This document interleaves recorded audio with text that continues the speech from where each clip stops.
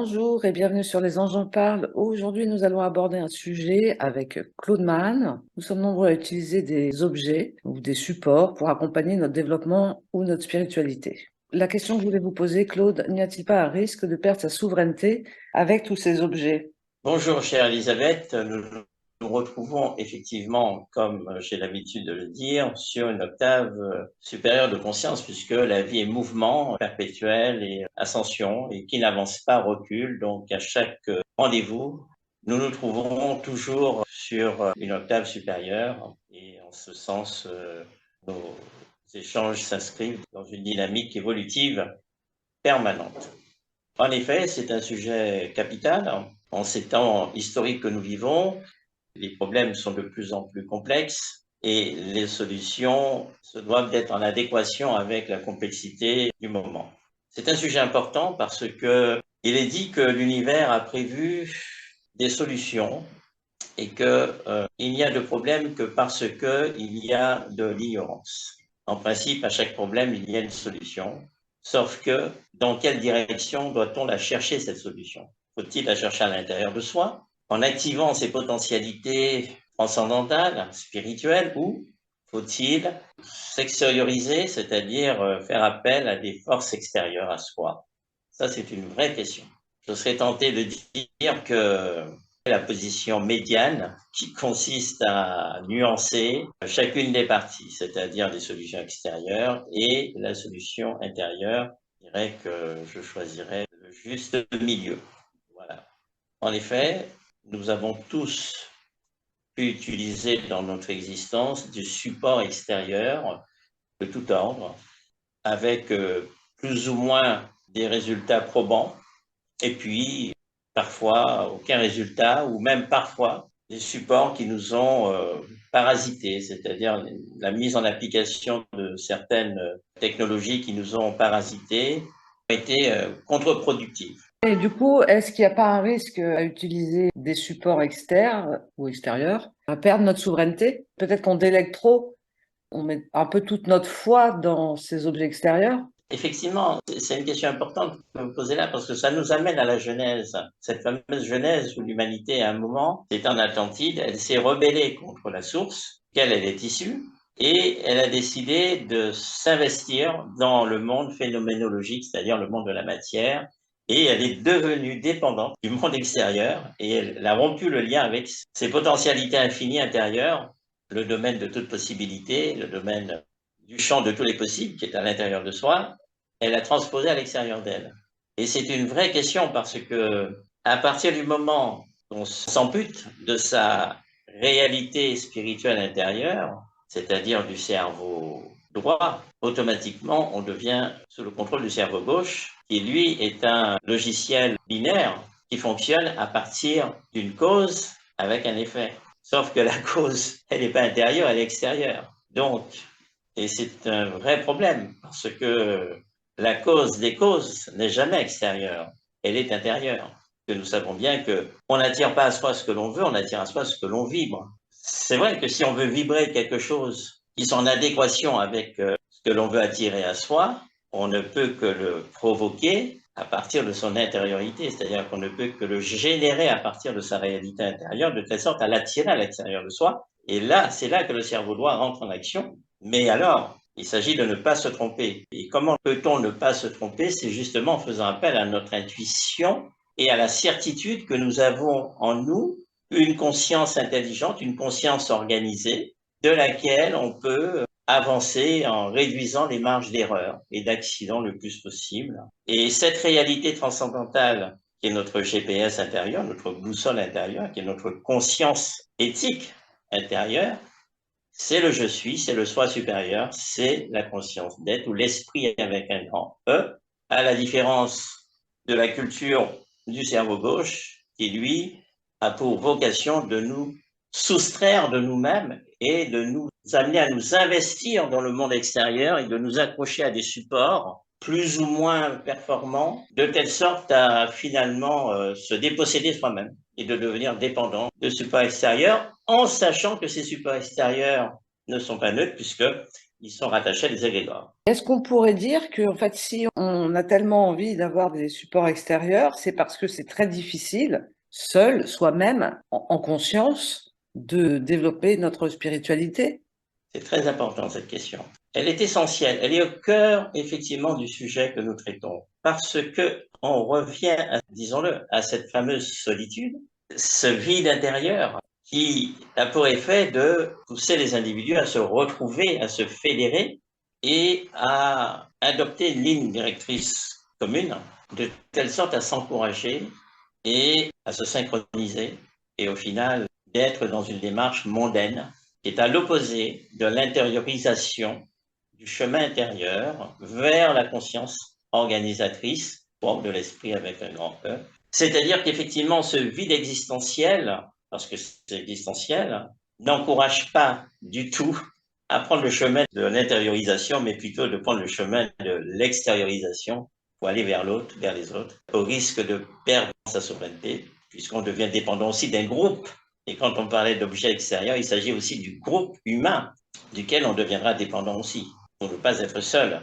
Comme vous évoquez le groupe, on ne peut pas s'empêcher de penser aux égrégores, puisque les égrégores sont formés par la pensée du groupe. Absolument.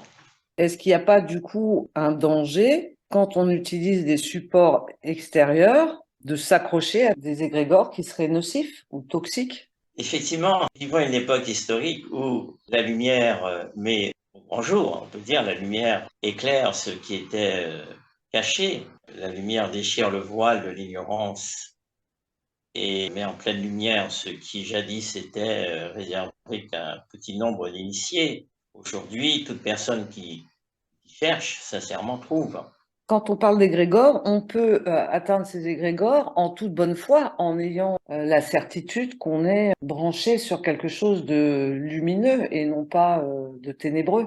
Justement, c'est là qu'intervient la notion de groupe, parce qu'on va intégrer un groupe, lequel est connecté à un égrégore pour le pire ou pour le meilleur, mais l'adhésion au groupe l'emportera sur la pertinence ou la petite voix qui dit il faut faire attention, il ne faut pas y aller. Oui, mais individuellement, chaque personne de ce groupe est complètement sincère dans sa démarche. Comment se fait-il qu'à un moment donné, cet égrégore soit toxique? Excellente question, que les personnes sont de bonne foi, effectivement. Oui, eh ben, c'est qu'à la base, la connexion était une mauvaise connexion avec une force négative à la base. Est-ce que les égrégores peuvent être détournés? Les égrégores peuvent être récupérés et détournés de leur sens originel, mais aussi peuvent être à l'origine même Oui. positifs ou négatifs à la base.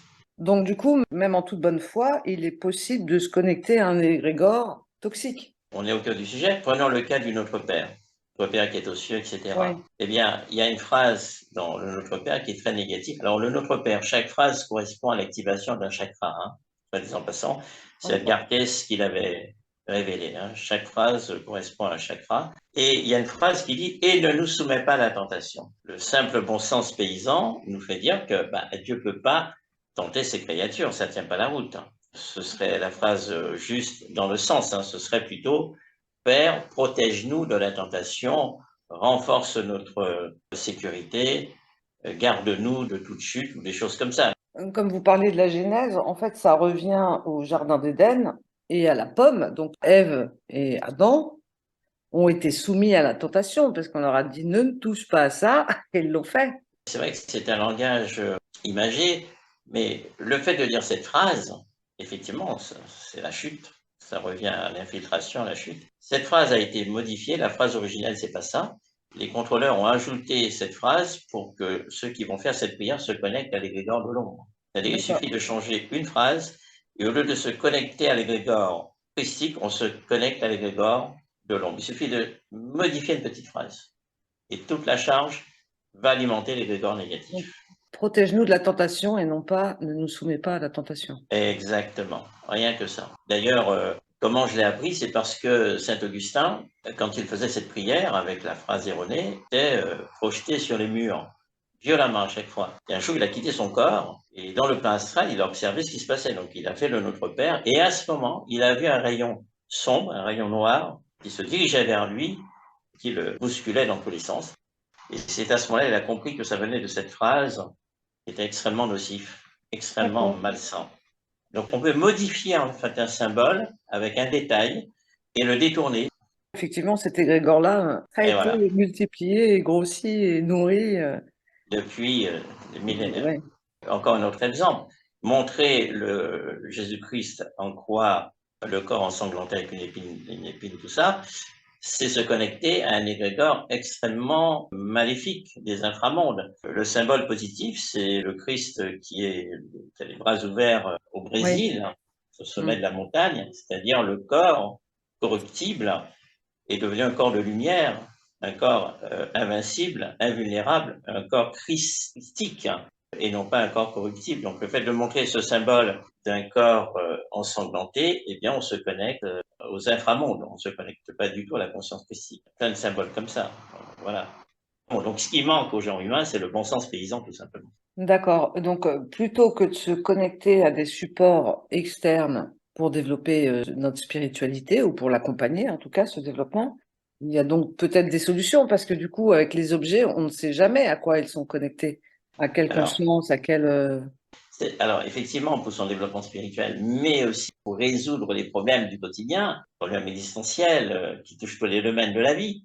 C'est vrai que j'ai pour habitude, moi, de plonger dans l'ésotérisme empirique qui a fait ses preuves, qui a traversé le passage du temps et qui a fait ses preuves. Donc là, on se retrouve dans la tradition multimillénaire, ce qui est enseigné dans les écoles de mystère. Donc la sainte théologie ou magie blanche, prière bénéfique, l'appel aux anges. Il existe des forces positives, il existe des forces négatives, il existe des êtres célestes, qui sont restés fidèles à la loi naturelle, à l'ordre cosmique, et il y a d'autres entités, des êtres qui se sont rebellés contre cet ordre cosmique, qui sont devenus des êtres rebelles, qui ont des égrégores et auxquels sont reliées certaines personnes, bien sûr. Et en toute bonne foi, on peut faire une erreur de parcours en se connectant à ces forces-là, en toute bonne foi, comme certaines techniques de soins peuvent vous connecter à des égrégores extrêmement malfaisants et qui sont justement gérés par des entités de l'ombre qui vont, et c'est là qu'il faut faire très attention, et ce que nous allons traiter est important, c'est-à-dire qu'ils ont la capacité de bloquer le symptôme et de faire croire que c'est ça la guérison. C'est-à-dire que D'accord. l'ombre a les capacités de bloquer un symptôme, de faire marcher un paralytique et de faire croire au miracle et de parodier en quelque sorte ce que peuvent faire les forces angéliques, les guides guérisseurs bénéfiques Alors, de du la coup, lumière. comment on s'y retrouve? Parce que s'il y a un miracle suite à un soin, comment on peut discerner le soin de la lumière ou le soin de l'ombre? Enfin, pour De schématiser. l'ombre. Oui, ils peuvent bloquer un symptôme sans enlever la cause et en mettant des implants, par exemple, et en prenant l'âme en gage. C'est comme ça que l'ombre fonctionne. Et du coup, c'est extrêmement dangereux puisque c'est la porte ouverte à une confiance aveugle. Donc là, à nouveau, c'est la souveraineté qui est mise en danger. Elle est mise en danger, totalement mise en danger. Comment se rendre compte qu'il y a un piège assez machiavélique? Eh bien, c'est là qu'intervient le développement des facultés spirituelles, extrasensorielles, à partir de sa connexion avec l'être je suis, c'est-à-dire ce qu'on appelle la présence je suis, l'esprit avec un grand E, qu'il ne faut pas confondre avec l'âme, encore une fois.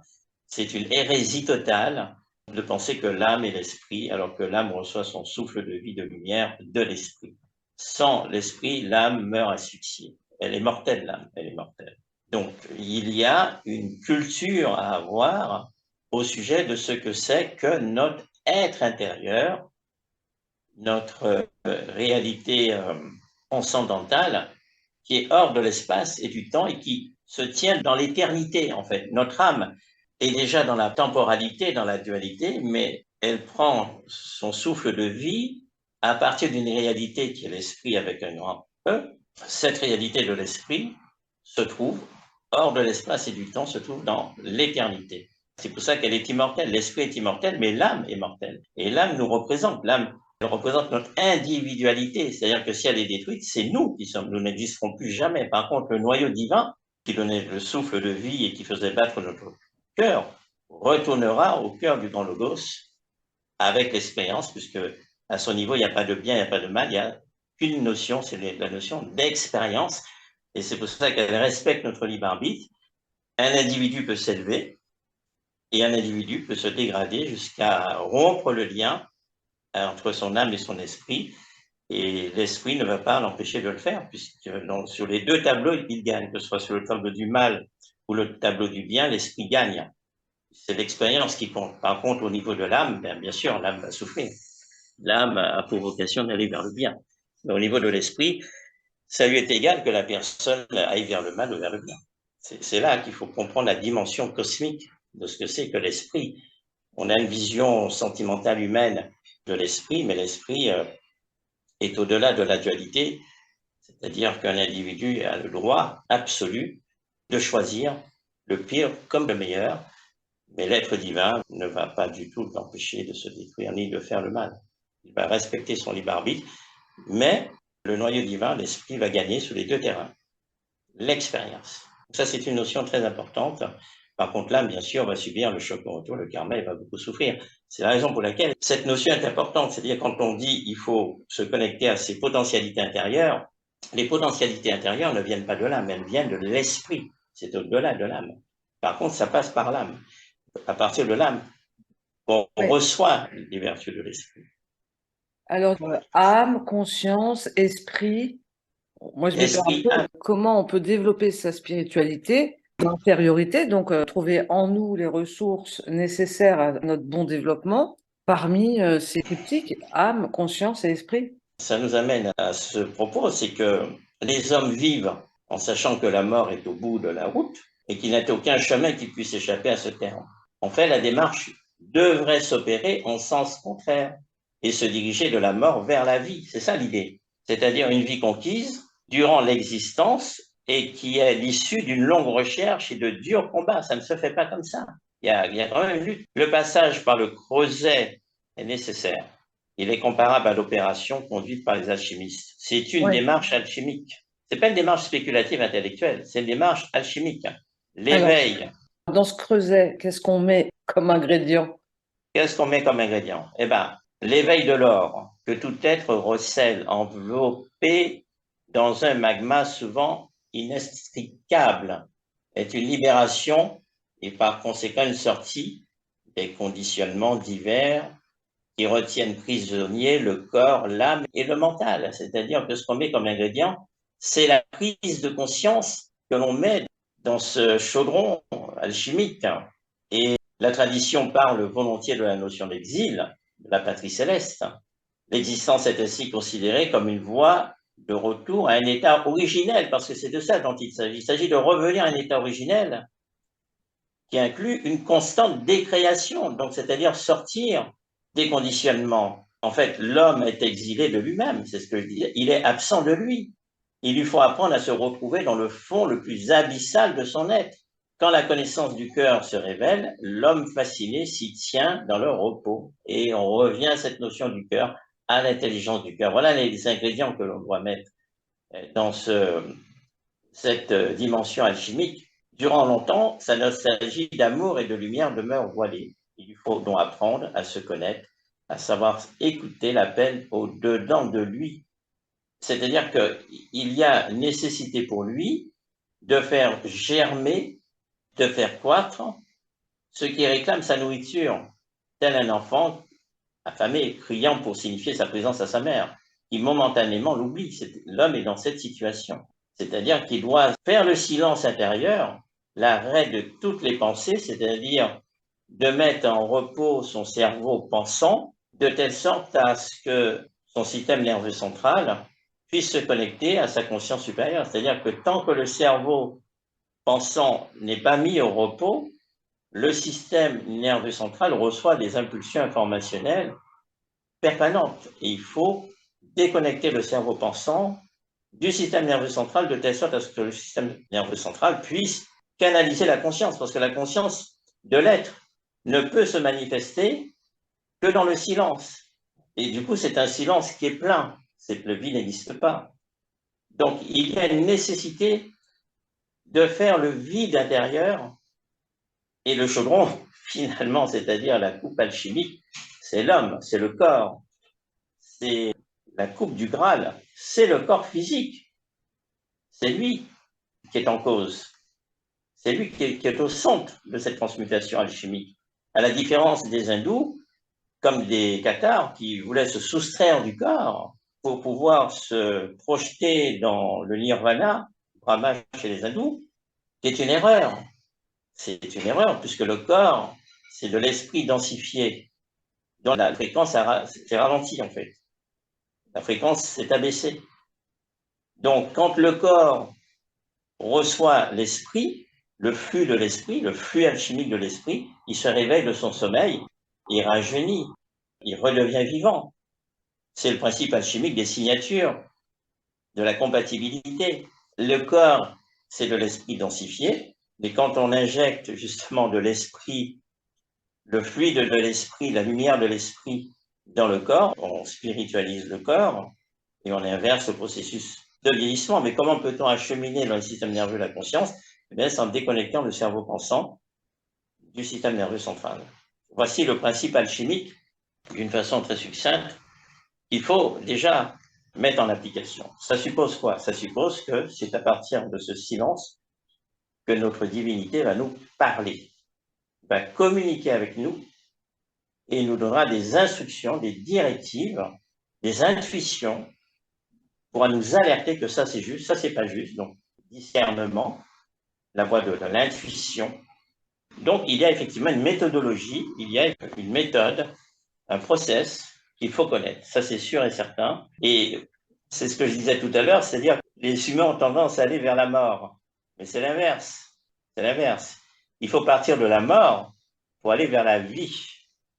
Puisque dans l'état actuel de l'existence, nous sommes obligés de nous rendre compte que nous sommes dans un automatisme, nous sommes dans des réflexes automatiques. C'est pas ça la vie. C'est-à-dire que le quotidien est fait de réflexes conditionnés et il y a très peu de conscience dans les affaires du monde. C'est pour ça que le monde ne va pas bien, parce que le principe de conscience n'est pas présent. C'est le principe technocratique, mécanique, automatique. Donc, c'est le subconscient collectif qui est tout puissant. Et on sait très bien que nous sommes contrôlés par 97% des programmes de notre subconscient et qu'on est très peu conscient en réalité. Et ce que je préconise, cette méthode, permet justement à la conscience supérieure de se déverser dans la conscience biologique, émotionnelle et mentale, et d'activer donc de ce fait automatiquement le superconscient, c'est-à-dire la partie du cervelet, le cerveau cortical, qui est la partie du cerveau connectée à la conscience supérieure, cerveau droit, ensuite purifier le subconscient et permettre ainsi de toucher le conscient, donc le système nerveux central. Comment on Ouais. fait alors pour purifier le subconscient? C'est une question essentielle. Il faut déjà apprendre à lâcher prise.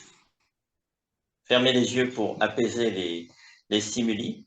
Et il y a une méthodologie, c'est vrai, qui consiste à se concentrer sur l'inspire et l'expire jusqu'à ce que l'on puisse prolonger les temps de silence. C'est-à-dire que le but, ce n'est pas d'accéder tout de suite au silence, c'est pas possible. Par contre, c'est Est-ce qu'on peut d'allonger. utiliser la cohérence cardiaque?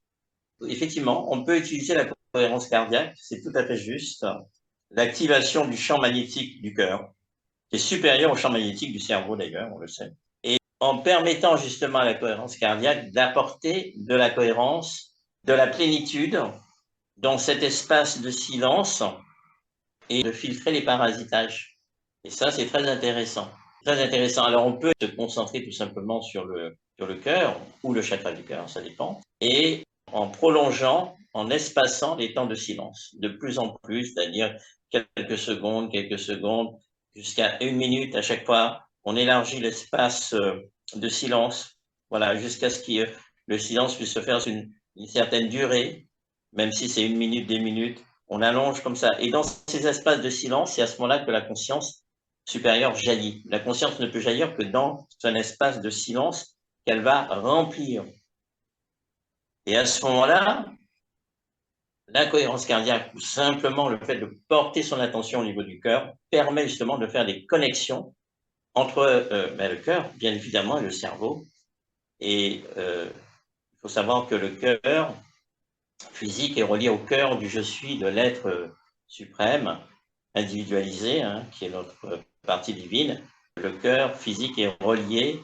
D'ailleurs, vous voyez, il n'y a pas de cancer du cœur. C'est parce que toute l'énergie vitale qui part du cœur de la présence divine arrive dans le cœur physique pour lui donner la vie. Donc ça, c'est vraiment une lumière dorée qui circule dans un tube argenté qui part du cœur du je suis, qui traverse l'âme, qui l'alimente en même temps, qui alimente les corps subtils, et qui arrive par le chakra coronal via le chakra du cœur.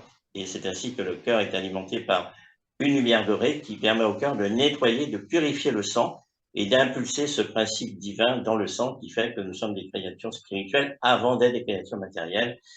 Et c'est là le problème de l'humanité, c'est qu'elle a oublié qu'elle était de nature spirituelle, qui est en train d'expérimenter la matière et pas l'inverse. Voilà. C'est pour ça que même le méchant, le plus méchant qui soit, il est de nature spirituelle. Simplement, il a ce mental qui est décalé de l'axe divin et qui est connecté à des forces sombres.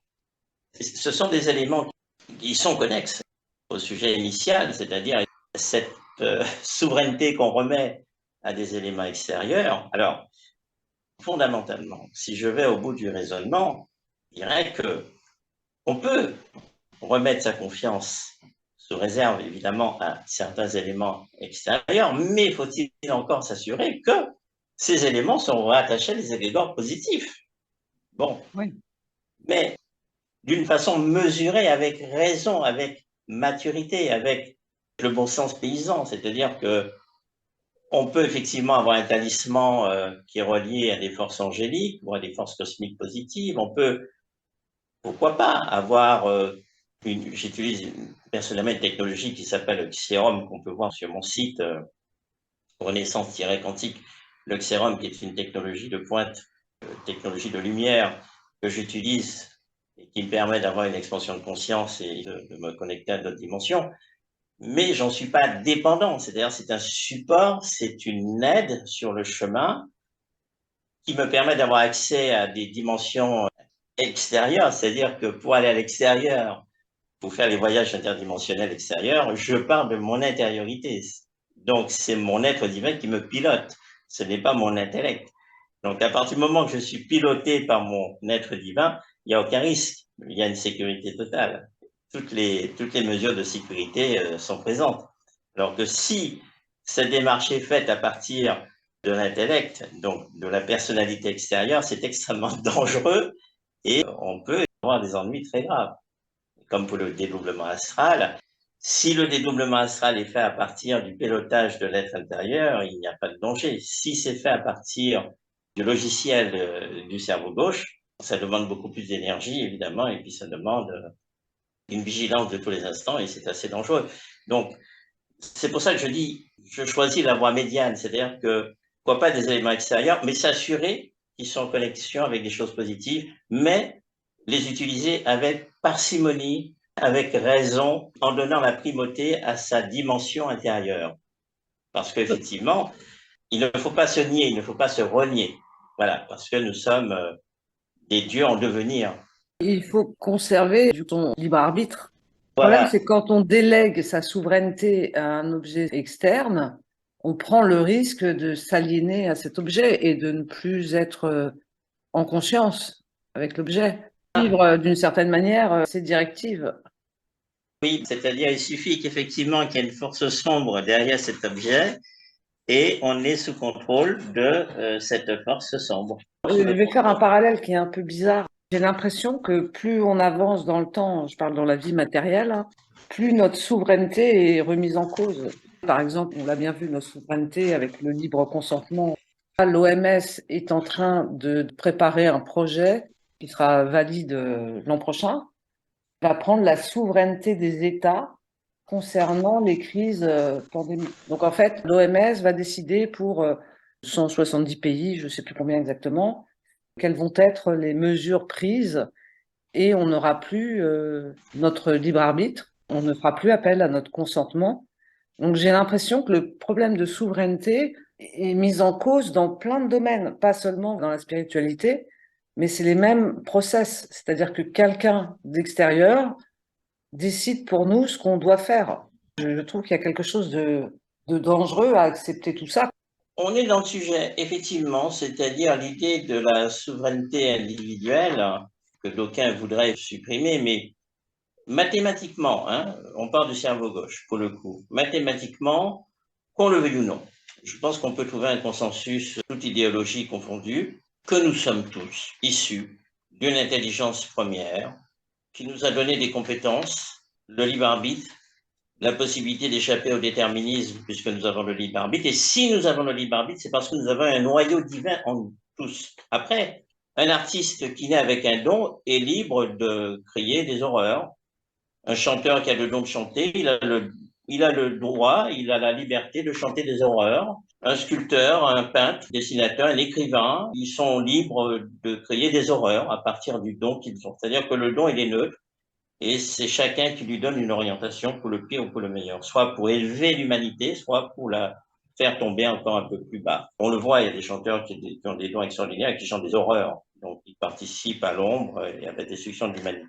Donc, ceci étant dit, même si le rythme est très entraînant et très, très, très agréable, les paroles sont extrêmement toxiques puisque le verbe s'est fait cher.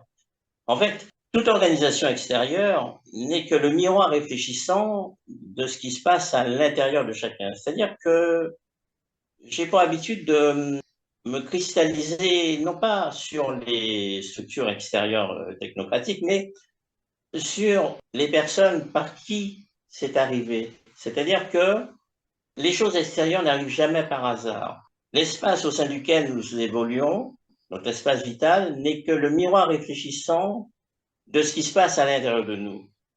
Donc, le problème fondamental ne réside pas dans les structures extérieures. Les structures extérieures ne sont que l'écho qui trouve sa source à l'intérieur des schémas morbides, méphitiques, contenus dans le champ informationnel du subconscient, du cerveau limbique, le cerveau reptilien. C'est-à-dire que si on veut une société cohérente avec des structures qui répondent aux principes de la loi naturelle, il faut déjà l'établir en soi. Donc j'ai tendance toujours à revenir à ma souveraineté. C'est-à-dire que si je pars d'une analyse purement sociologique à partir du cerveau gauche et je traite le problème extérieur en me dissociant de ce problème et en me mettant dans une posture de victimisation, je participe à ce grand canular de la société du spectacle, dit de bord, et finalement, je n'apporte aucune valeur ajoutée au thème. Par contre, si je me remets en cause sans me déprécier pour autant, mais simplement je fais une introspection, une auto-analyse, et je me dis finalement le problème c'est moi et la solution c'est moi, Gandhi a dit, soyez le changement que vous voulez voir se réaliser dans le monde. Donc c'est pour ça que fondamentalement, une fois nous avions parlé des manifestations, etc., et je crois plus à une intériorisation. Le président Reagan avait dit à l'époque, c'est des initiés, tous ces gens, il avait dit qu'il suffirait qu'un certain nombre de personnes se concentrent par la visualisation pour que la paix s'établisse sur Terre. Effectivement, il suffirait que les gens, d'une façon impersonnelle, reviennent à leur souveraineté, activent leur potentialité intérieure de créativité positive, la visualisation, la prière positive, pour que toutes ces structures n'aient plus aucune raison d'être, en fait. Parce que ces structures sont là pour nous interpeller, pour nous réveiller. Ça ne veut pas dire que je les justifie, mais simplement, comme elles sont là, je cherche à leur donner un sens. Et si elles sont là, c'est parce que elles ne sont que le miroir réfléchissant de quelque chose qui ne va pas chez les gens, c'est-à-dire le refus de se comporter avec responsabilité, c'est-à-dire avec souveraineté. Les personnes, ils ne veulent pas être souverains, ils ne veulent pas de cela, ils veulent un tuteur, ils veulent un guide. À l'idée qu'ils puissent devenir autonomes en établissant un lien, un partenariat avec leur réalité spirituelle intérieure, cela les effraie. Parce qu'il y a une grande immaturité spirituelle, émotionnelle et psychologique qui fait que, d'ailleurs c'est le principe de la famille, on crée une famille pour se sécuriser, on fait des enfants pour se sécuriser. Un individu souverain n'a pas besoin de ça. C'est tout le monde qui est sa famille, comme les éléphants. Les éléphants, c'est toute une famille. Le bébé éléphant, c'est le bébé de tous les autres éléphants. Donc, et j'ai étudié cette question et j'ai découvert que l'humanité avait 5 ans d'âge. Au vu de l'âge du système solaire, l'humanité a 5 ans d'âge. Que voulez-vous exiger de quelqu'un qui a 5 ans et qui se dit adulte et qui a développé une surévaluation de soi? Donc c'est un vrai problème psychanalytique qui est propre à l'humanité. C'est-à-dire que ces structures n'existent parce que l'humanité a déserté sa souveraineté. Elle s'est déconnectée de son être transcendantal, de son esprit avec un grand E. Donc l'univers vous réfléchit, l'état dans lequel vous êtes, votre état intérieur, puisque sans les manifestations extérieures, vous ne pouvez pas prendre conscience de ce qui ne va pas en vous. C'est par la convergence, la synchronicité des événements que l'on finit par se réveiller et de prendre conscience qu'il y a quelque chose qui ne va pas en nous. Donc c'est l'idée du bourreau et de la victime.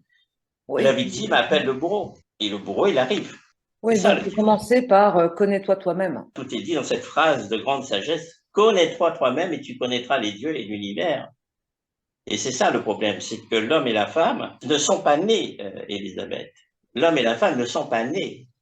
Ils sont dans un état fœtal, utérin. Et ce que j'avance est d'intérêt capital.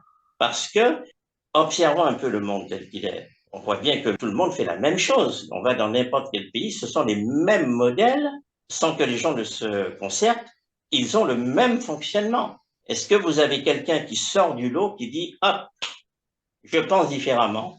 Si, il y en a plein qui disent je pense différemment. Alors, ces gens-là font partie des créatifs culturels.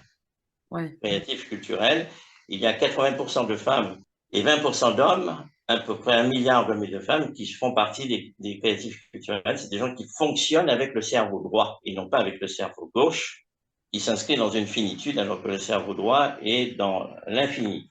Donc, quand vous me parlez de ces organisations, automatiquement, j'ai une analyse en tant que métaphysicien. Je n'ai pas une analyse sociologique, j'ai une analyse métaphysique, un regard métaphysique sur le monde. Et c'est en cela, je tiens à apporter une valeur ajoutée pour faire avancer la conscience. Parce que sinon, si tout le monde dit la même chose, c'est une perte de temps. Et ça touche aussi la relation amoureuse. On pourrait dire la même chose pour la relation amoureuse. On attire à soi non pas ce que l'on veut, on attire à soi ce que l'on vit, quoi que l'on dise, quoi que l'on fasse.